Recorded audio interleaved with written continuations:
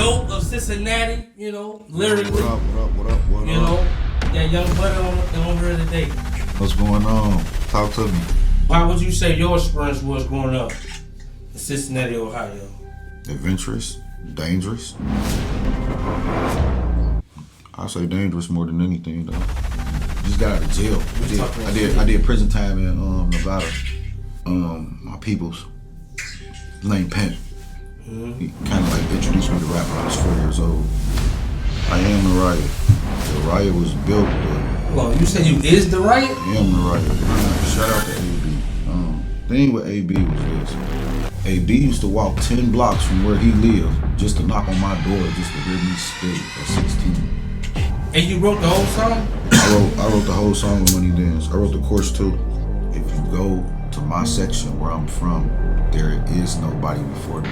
I started it. Built the whole lane, the whole lifestyle for my section, for my side of town. I've been over 30 childhood funerals due to gunfire,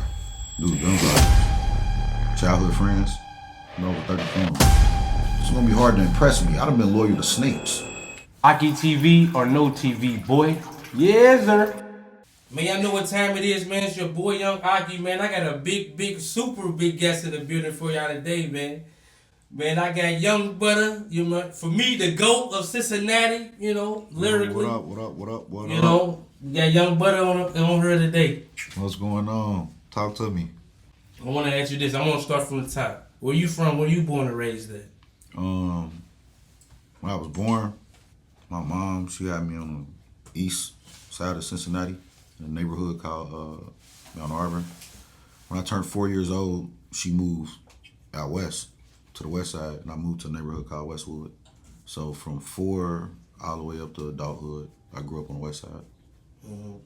So how would you say your experience was growing up in Cincinnati, Ohio? Adventurous, dangerous. I say dangerous more than anything though. So growing up, you had to be aware. You think y'all grew up a little faster over there? Grew up more violent.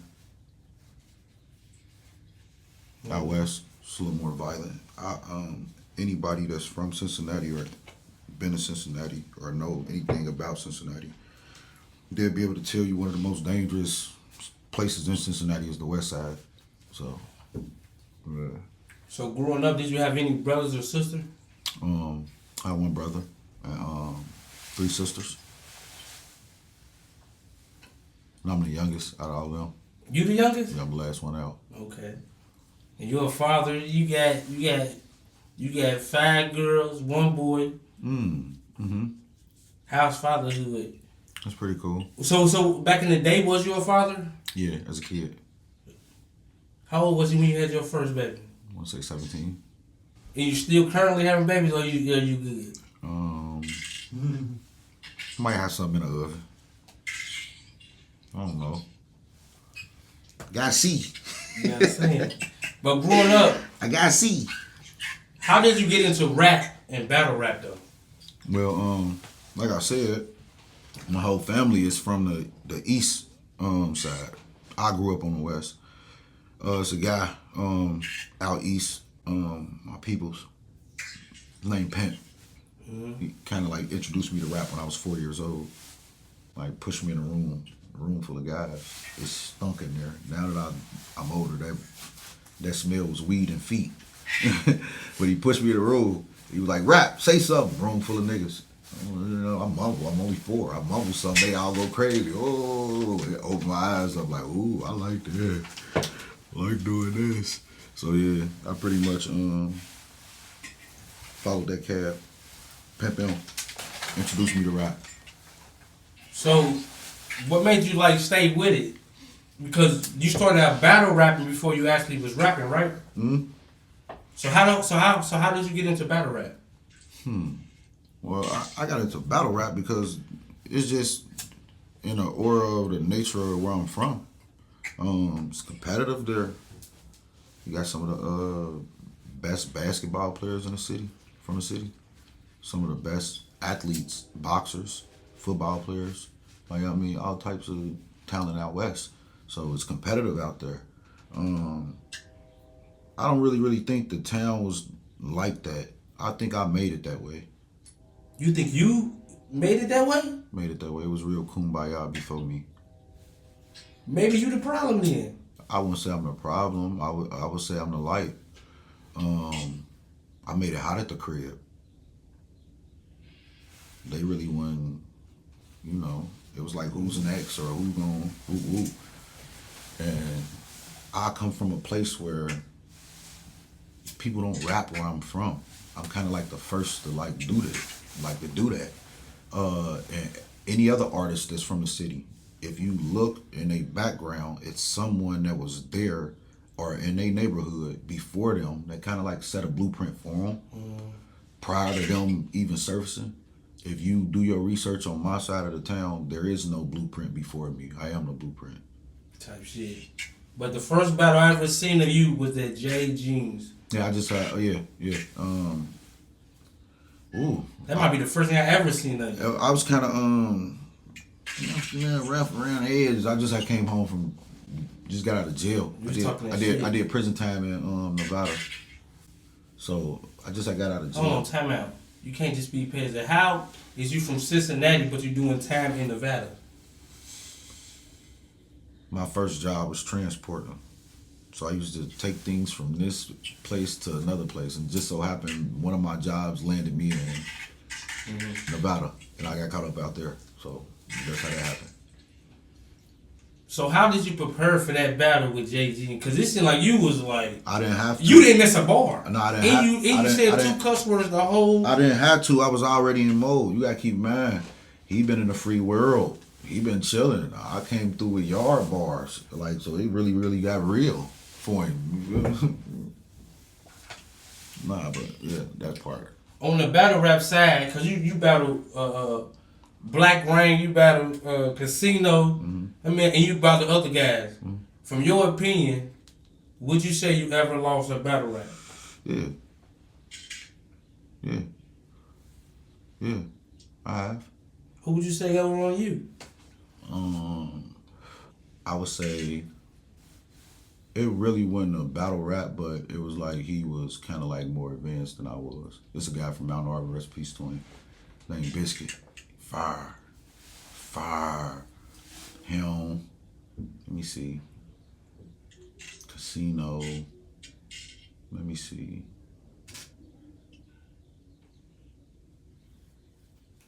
Damn, that's it? You said that's it, huh? Yeah, hold on there. That's it? Said people ain't just clowning on me like that. Hell no, I'm a wolf. Hell no, I'm a wolf. If motherfuckers make it out alive, they barely like shit. What? Nah, not at all. Wolf. Let me ask you this though. You made a diss song and when it shot that motherfucker on the nigga block, you did that? That's a different type of exposure. You know what comes with doing shit like that? And you went out and did it. Them, let me keep it a bean with you. Them niggas was dangerous. Them niggas weren't no hoe ass niggas. Them niggas weren't them niggas was steppers. Them niggas was dangerous. Anybody that don't acknowledge danger is a fool. And at that point in time in my life, I was a fool. And then you gotta keep in mind, it was more strategic on my end. I knew how to army behind me too. You gotta keep in mind, like, I had an army behind me. It seemed like you capitalized. I could do anything. Somebody saying something. If they said your name or bro, you took it to the next level. It was going vertical. If you mention my name, it's going vertical for sure. Especially if I feel disrespected. And then at that point in time in life, like, I'm gonna come wherever you claiming. That's what you be. Oh yeah, that's your section. I'll pop out through there. Let me ask you this: would you say you had the lavish verse on the riot? I am the riot. The riot was built. Hold on, you said you is the riot? I am the riot. The riot was, first off, I mean, if you want to be technical, the battles started first, and then the riots started after. But each one, Saul was grounded around one person. That's me. It was pretty much installed to showcase other talent because Like I really had it in the chokehold. Like wouldn't even let nobody breathe. They said niggas was taking too long. They said you dropped the last one a year before. Yeah, it came down in a helicopter, all that one shit. Like, yeah, it was technical, for sure. Did they ever drop it? I think they did. And you had your shit out a year before that. I'll be ahead of schedule. I'll be working in the future. So eventually, you was with the all in. That was Yeah, that was home cooking. That was all. That was I thought you was on fire at that time. That was it was the East and the West combined. Like a couple prominent guys from the East and my whole section from the West, and they just linked together like that. And then there was other guys from different areas of the city, and we all was just one. So like that. So eventually, you was the hottest nigga in the city, and then you went with Bolo. How did you get with them guys? Through my right hand man, his name Jizzle. Jizzle, he along with a couple other All In members, they was going away for pay their political debt to society. And Jizzle was like, "Young, you one of them guys that'll be out here by yourself, like you a loner. We ain't in them times. You might want to, like, everything is more team based. So, these guys, they kind of like lean your direction. I want you to check them out, and whoop whoop for me." So that's how I ended up with them. You think at the time it helped you? It helped me and I helped them. It was more of a scratch my back, I scratch yours type of situation, because they had artists that was there already, but it really, like, the whole movement really wasn't making no noise, like, as far as music, in the music department. So, what you trying to say? They wasn't doing nothing for real until you got there? Pretty much, yeah. So, eventually, you signed with AVE. I thought that was a good move, too. I thought all y'all niggas was out there. You know what I'm saying? So, I thought that was a great move at the time. Shout out to AVE. The thing with AVE was this. Yeah, but no. Like, I never really like signed like a rap deal in my life. What I did with AVE was this. I signed a W-9, and if you ever had a job, or anybody that ever had a job before, they know exactly what a W-9 is. So he, in return, let me dance with the stars next to him, and in return, he broke bread with me, and it helped him on his taxes type. You get what I'm saying? Mm-hmm. So yeah. So he helped me with a few connections with music, and I helped him with taxes through rap business. So it was all cool. So when did it start going bad? When you feel like you need to distance yourself? When he started getting in trouble. Yeah, because when he started getting in trouble, it's like I'm heavy on. And you really grew up with AVE. AVE, see, what's funny about AVE is this. I kind of inspired AVE to even want to rap or to even be a rapper. AVE used to live in a section we call it the Blick. It's Fairmount. It's on the west. I'm from Harrison. AVE used to walk from his crib off Harrison. How far is But it's that? considered the Blick. 1, 2, 3, 4, 5, maybe 7 blocks, 8 blocks, 10 blocks. Right there. AVE used to walk 10 blocks from where he lived just to knock on my door just to hear me spit a 16. It was like that? It was like that. Yes, so, I knew you yeah, so I knew AVE before AVE was AVE to the world. That's lit. Yeah.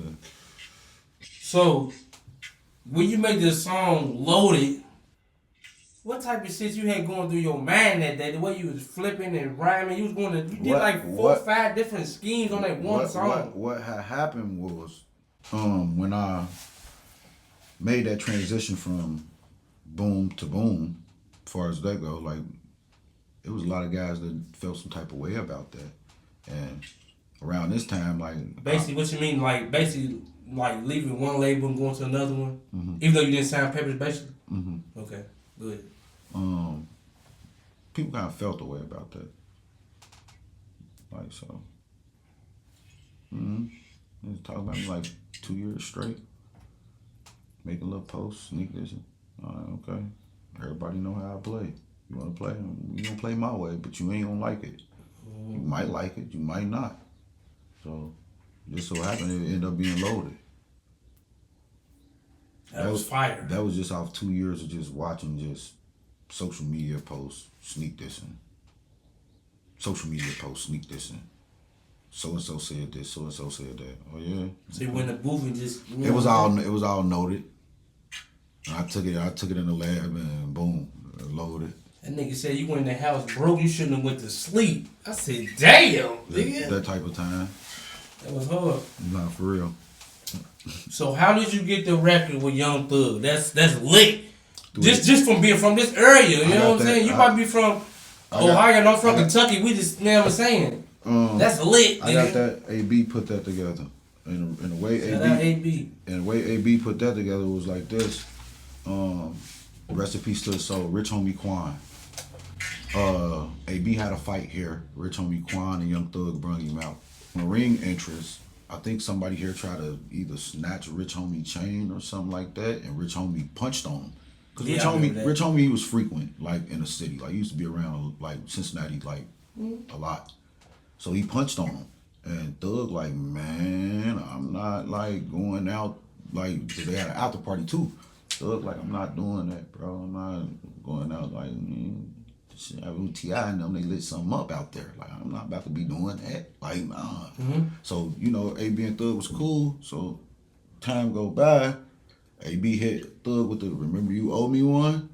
Alright. Matter of fact, do this for me. I want you to come to the studio. Woo, woo, woo. Thug get there. It was every nigga from every hood in the city. I wasn't there at first. It was a couple artists in there. Every artist that was on About Billions was in there. AB sneak in the hallway and called me. Like, hey, get here now, bitch. Thug in here bombing. Get in here, bitch, get here. I'm telling you, this about to be fire. So I get there, everybody get the ooh. When I walk in the booth, everybody ooh. So I'm like, you know, everybody tweaking. Everybody like, ooh. So, you know, that made Thug curious, like, what the fuck everybody geeking for? Like, nah, I'm here. Like, so, you know, Thug is like, who I'm doing a song with. A couple artists said, me, my name, Thug said, I don't think you understand me, bro. Who I'm doing this song with. AB told him, you doing it with him. Like, you doing it with Butta. And there that go. He went in there, freestyle. Thug don't write. What you mean? He really, so everything we heard, that's him. Yeah, he don't write. I wrote my verse. It probably took me like 7 minutes. I ain't gonna lie though, you got a different style. 7 minutes, 10 minutes. You sound like yourself. You ain't sound like nobody in the industry. Yeah, and I ain't gonna hold you. I feel like that's why I work. One of the reasons why was because I done got coached by, I was coached and groomed as far as rap go by guys that were supposed to be in the industry that probably never would. Like, I mean, but just, you know, them guys that's from your side of town, like them hood classic guys like M. Dot. He from the Dub, English Woods. Some of my flow, you know, as far as like punch line, like I mean, You boring. He got a brother named Peasy, and Peasy flow was mean, like so Peasy. Let me ask you this: Who would be, if you could pick 3 people from Cincinnati of all time that's in your list? Who would that be? 3 far as what? Rap wise. Top 3 from Top here. 3 that you From here, that you rap fuck wise. with. No, it's categories to that. What we talking about? Talking about influence. Talking about music. Talking about I heard what you talking saying. about bars. What we talking about? You said because it's different people on different levels. Different people on different Okay, levels. so because if you told me here as far as influence, I would probably say K. Rowley. Mm-hmm. But if you ask bars, I would probably say me. But if you ask me about like choruses and hood classics, I would probably say Scally. Like, so it'd be like different strokes with different folks. You know what I'm saying? Whatever you want, whatever your niche is, like whatever you choose it, like that type time. Back in the day, could you like damn near get a song with like anybody in the city if you wanted? Nah, they was playing at first. With you? Yeah, they was playing till I made it They real. won't give you no verse? They was playing till I made it real. I had to make it real. Because there was a point in time where here it was like, they wouldn't even respect you if you went from a specific neighborhood here. I kind of like changed all of that. I really took the throne to the West. Like for real. Like took the throne home. I told everybody I was though. Like, I didn't even come to play. I ain't come to be average or mediocre. I told everybody I was the best. Then I became the best. And I am the best. And then I'm still the best. Yeah, that's how that worked. Would you consider yourself like arrogant or cocky? No. And the reason I wouldn't consider myself arrogant and cocky is because victory love preparation. The victory ain't got nothing on the preparation part of it. I really, really put the work in. I'm one of the ones that I'm over 10,000 hours in with my pen. Would you ever sign to a real label though? Would I? Depends. Circumstances. What's the offer? How many albums y'all want? How much percentage y'all want off me? How long do I gotta be bound to this contract? A lot matter. For real. Let me ask you this. Back in the day, did B-Luck ever help your career at all? In any way, shape, or form? No. Help me. I was already me before he even came around. So you basically just put the cameras and shit on you? Pretty much. That's all he ever did for me, was put cameras on me. He couldn't present me with no opportunity because all my opportunity was going to present itself anyway. You gotta keep in mind, I was great when you met me. He never was. And then what I want people to understand about me and this dude is this, bro. He's not my enemy, but he ain't my friend neither. Like, he was my man's. You get what I'm saying? Matter of fact, he was my man's. You get what I'm saying? My man's was Jack Frost. His man's was Macho Means, the owner of Black Owned, the clothing brand, joint, Black Owned. His little man's was Love. Like that. Like, that's how they came around like that. That's how I met him. I met him through Means. He never was my man's personally. And if you want me to take something out, I will too. You know what I mean? No, I'm saying you can edit however you want to edit it, Okay. cut it. I ain't. It is what it is. I like it. Yeah. Let me ask you this. I feel like your biggest commercial song would be that Money Dance. That was a record though. So how did you get in the process to even make that record? There was around the time Bobby Shmurda had dropped, so it was around like along the lines of that BPM. You get what I'm saying? Mm-hmm. DJ Drizzle, he was like, "Look, man, I want you to make a song, but I want you to make it like that, but I want you to make it as if you was making it, like your own version." Oh, okay. So I'm like, I don't know. You know what I mean? He was like, just do it for me, man. So boom, Drizzle picked the beat. He gave me the idea and I put my pen to it. I'm like, all right, I'm about to cook up something of this. At first, I didn't like it. The first person that ever told me Money Dance was hot was a woman. She's kicking it with this girl. She like, this your song? I'm like, She like, it's hot. You said, oh yeah, I got something there, huh? Like, hey, I'm like, really? Like, yeah, you know, niggas be. But nah, when a woman told me, I was like, yeah, I see what's going on. And you wrote the whole song? Yeah, I wrote the whole song. I wrote the whole song of Money Dance. I wrote the chorus too. You wrote the chorus too? Yeah. Oh, so hold on. So you wrote the chorus and you put a little spig on it. Yeah. That was lit. That was a dunk. That was a dunk for him, if you ask me. That's lit. You got Young Butta on the track with his lyrics. I would say that's probably one of the biggest tracks he probably ever had in the city. I would say that. Damn. Yeah, I wrote the Money Dance chorus. First, I recorded it myself. it didn't sound right to me. I'm like, it need like a change of pitch, change of voice. And around this time, you know, Spig cooking, like on fire. He was on fire? He was on fire. I gave him his just due. He was on fire. He was just due. He was Where you from in the city? downtown. Okay. So he was cooking. So I'm like, you know what? Wrote it down on a piece of paper again, because the way I write, you wouldn't be able to understand it. So I wrote it down on another piece of paper. I gave it to him. I said, write this and say this. That shit was fire. And boom. Y'all made a classic for Voila. sure. Magic. I ain't gonna lie. Yeah. On the cook up side. Nigga, if you got the right station, that bitch will play on that motherfucker. Mm-hmm. Shout out DJ Drizzle. Let me ask you this. Do you feel like you blackballed in the city though? Not at all. I feel like they be trying to play you sometimes. It's like this, and I kind of understand it, but we always have reminders like the Nella D 411 freestyle. It'd be like this.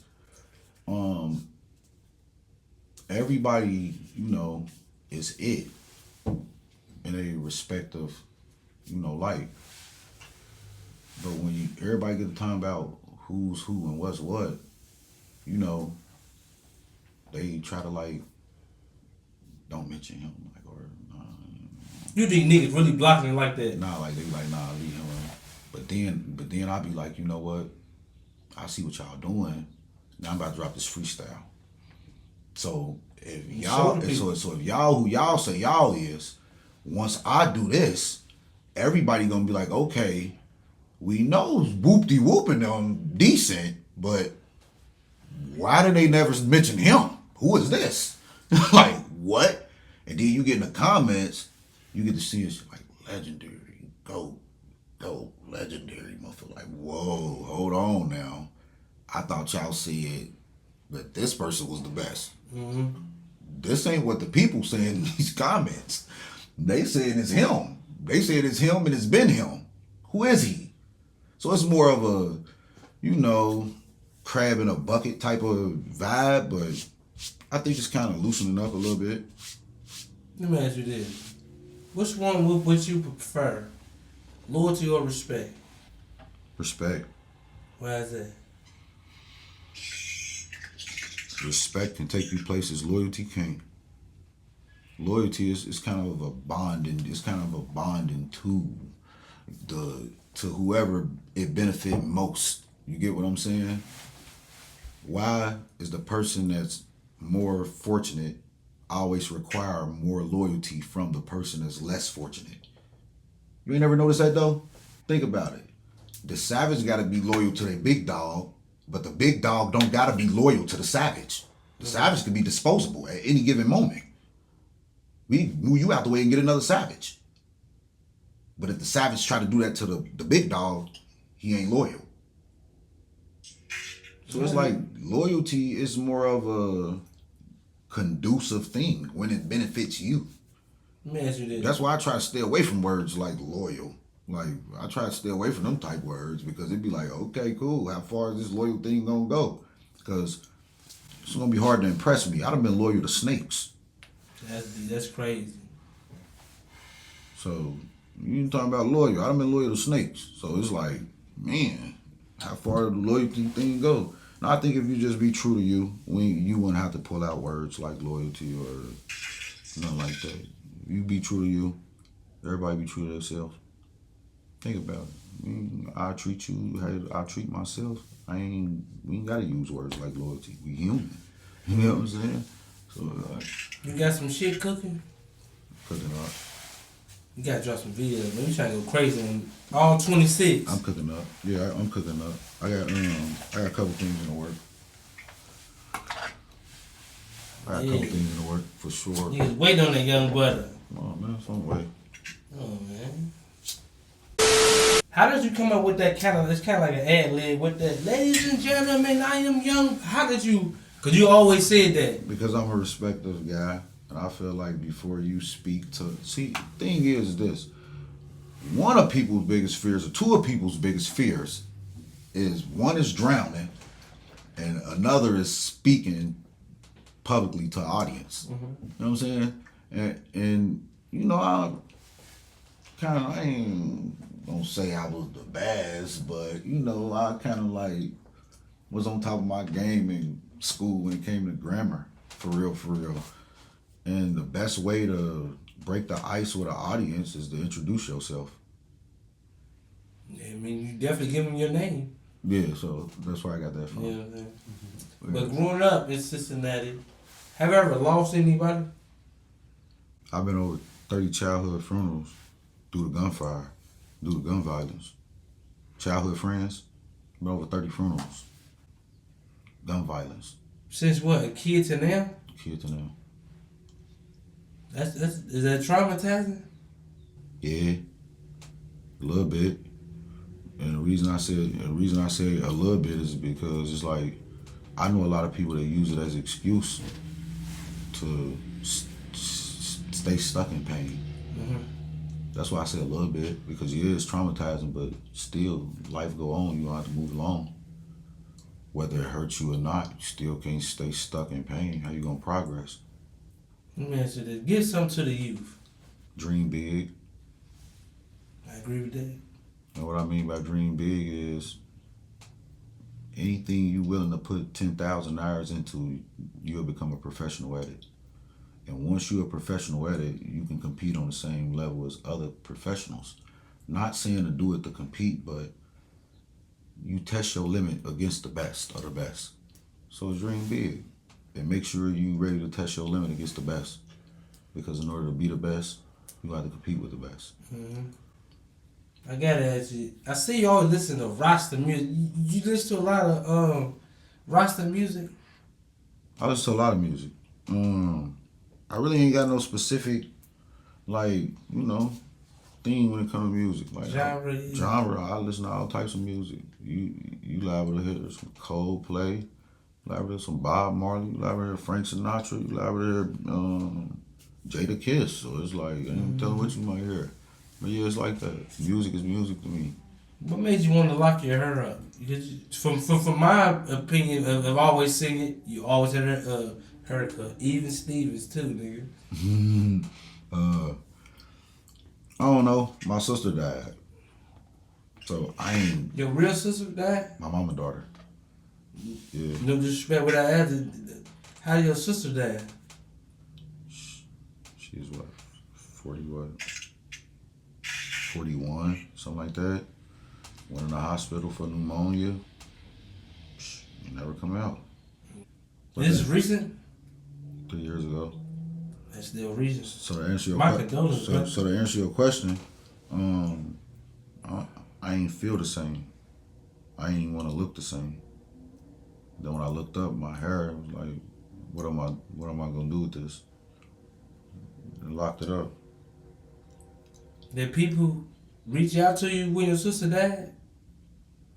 Not many. This guy sitting here with me did when he one of them. Couple people. So basically your close knit. I'm talking about the people that. A lot of people didn't. I didn't expect them to. See, the thing about expectations is you pretty much set yourself up for failure when you put them into people. You know what I'm saying? So think about it. If I never expect nothing of you or from you, how could I ever be disappointed with you? I never expected nothing to begin with. You know what I'm saying? So it's more of a if you do, you do, you don't, I won't judge you type of ordeal. It's just, you know, certain people get certain respect on certain levels and certain love according to how they approach situations when it come to deal with their people. Pretty much. Let me ask you this. Is there anybody in the city that you want to make a record with, though? It gotta be somebody. You know what I'm saying? I would say Banks. Banks nice. Roadrunner. TB. TB? Yeah, he hard. TB.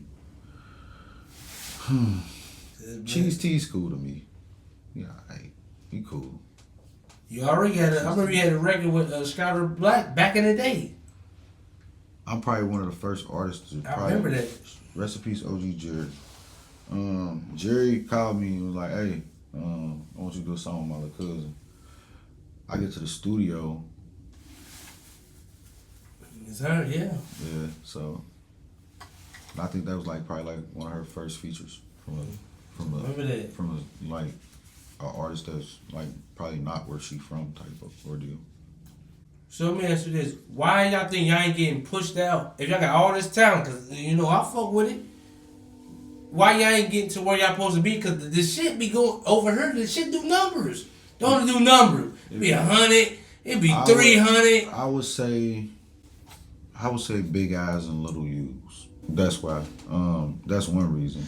Another reason is the business ethic. We ain't really got no foundation structure when it comes to music here. This ain't even a region for that. For real. If you notice, all the major artists that is from this region, they always branch out to other regions and plant their feet. Do y'all work together over there? I don't know how y'all work. Like y'all don't work with each other? Who? Just artists, just connect features and shit. I mean, some do, some don't. It's real political here. You got some artists that wouldn't work with certain artists for certain reasons behind certain motives or whatever. Who knows? Who cares? I feel like it's stupid. The reason I say it's stupid is because I really try to inspire the artists like that. I ain't out of reach. I probably never have to the city. I always made sure the city can reach me. You get what I'm saying? Mm-hmm. So it's a lot of artists and a lot of people that if you look deep into their careers, I was probably one of the first ones that was sure, I'll work with you. Yeah, you was featured out. As an artist, yeah. For me, it seemed like you be distant, quiet though. You kind of living under a rock. You kind of you just watching everything. I say I live everybody else still doing their thug dizzle. No, I live like a monk, and then you gotta keep in mind I be working off scene too. And what I mean by working off scene is not only am I an artist myself, I'm also a writer. So it'd be you be right for them. You right for them hoes, huh? Get that money, huh? You got credits. I know you got some credits. Niggas don't want to talk about them credits. I don't. I ain't got no credits. I know you be right for people. No, I don't. But let me ask you this: what makes you feel like you the livest in Cincinnati? You straight like that. What makes you the livest? Because what I told you earlier, if you look in every other artist from any other section of the city, it's someone that was there before them, that laid down a blueprint, that did this before they came along. If you go to my section where I'm from, there is nobody before me. I started it.